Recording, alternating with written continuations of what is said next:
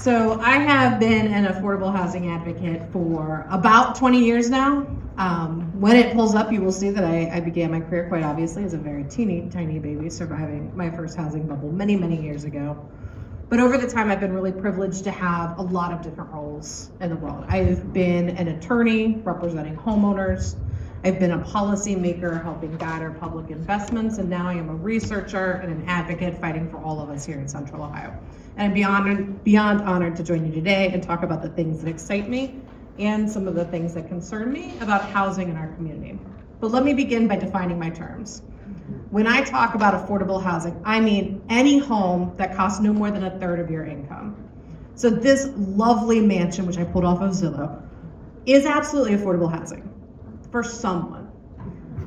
And the real challenge of our day is making sure we have the right mix of homes for all of the people who are here and those who are coming. And that is a challenge and a puzzle we have not yet solved.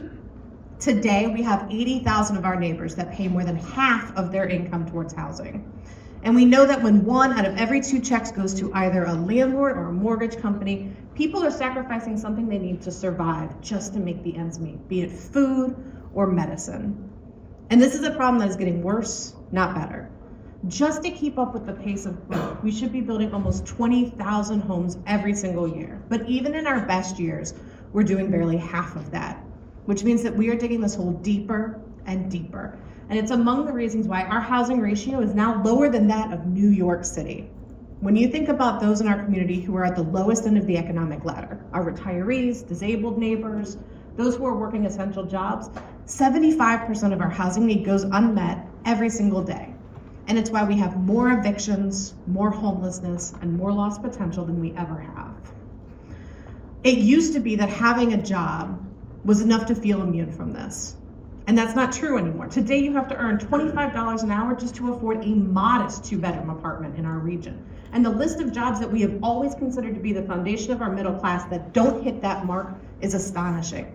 It's careers in the education sector, technology sector, the healthcare sector, and we know if we do not do something immediately, that by 2040, another 20,000 of our neighbors who feel okay today are going to fall into housing insecurity.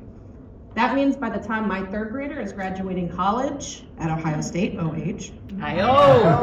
going to be looking at a housing market that will feel more like California than Columbus. And we're not the first. We are roughly where Austin was 15 years ago. We are roughly where Seattle was 20 years ago. And we know from their experience what happens when we fail to get ahead of this problem. But we aren't those communities.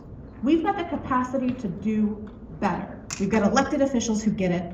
We've got the people who are pushing them to put housing first. And we've got the capacity. And look what we've already done.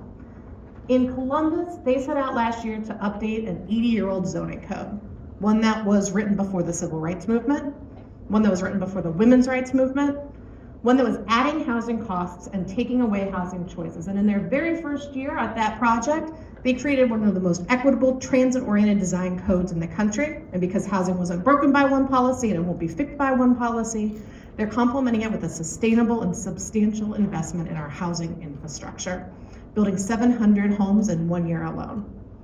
And it's not just the government who's innovating. Take Resiliency Bridge, a public-private partnership that uses affordable housing as the foundation for workforce development and economic mobility.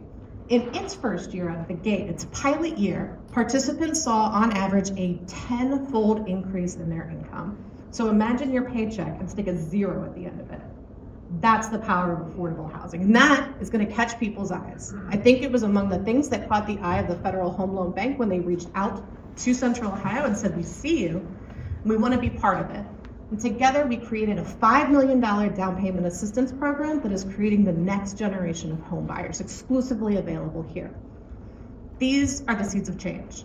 This is what gives me confidence that Central Ohio will be the first to solve this problem, but I gotta level with you, there is a problem. Every time we try and do something, there is some incredibly small but incredibly loud minority that stands up and they say, you can't do that here. We can't have them here. And the thing that always blows my mind about this is how short our memories have grown and how readily we have forgotten that it was affordable housing that built our modern middle class. And let me be even more transparent. I'm standing up here today because of affordable housing. Consider that when I was 9 months pregnant, my husband and I bought our first home. Great time to move, by the way. To do so, we used an FHA mortgage. We used OFA's first-time home buyer tax credit, and for the first couple of years, we deducted our mortgage interest payments from our federal income taxes. All three of those are versions of federally subsidized, government-provided affordable housing, and collectively, they are worth more than any housing voucher ever would be. But when we moved in, there was no crowd on our front stoop saying we were a threat to the community's culture. There were no long and demeaning hearings about whether our receipt of these programs would make us devalue hard work. And that's because for some of us, affordable housing is a hand up. But for others, those in our metaphorical backyard, it's a hand out. And history hasn't been any kinder to this irony too. I was born into a duplex. My dad rented one side of our home to our cousins who got an affordable rent. In exchange, he got savings for retirement and for college. That put me through school, and it was foundational to my identity. That home is illegal in my neighborhood, and I'm betting it's illegal in most of yours. Or go back a generation. My grandparents, Ed and Mimi, they lived in what we would call today an accessory dwelling unit. That's how a retired carpenter and a tow truck driver both could provide for their families. But again, that home is illegal in my neighborhood, and it's illegal in almost everyone's. And I'm standing here today and I'm telling this story because we are standing with a choice in front of us. A choice of whether to let our housing problem fester and to go the way of Seattle and Austin and Los Angeles and New York, or to give to our kids the future our parents wanted to give to us. And I'm a housing advocate because I believe that if we all stand up and tell our stories, that's a future we can have. When people try and use housing to divide us, our stories show that housing makes us stronger. When they try and say there isn't money in the budget, our stories show that housing makes us richer. And when they try and say you can't do that here, our stories show we have before, and we can again, and we can give to our kids the future they deserve.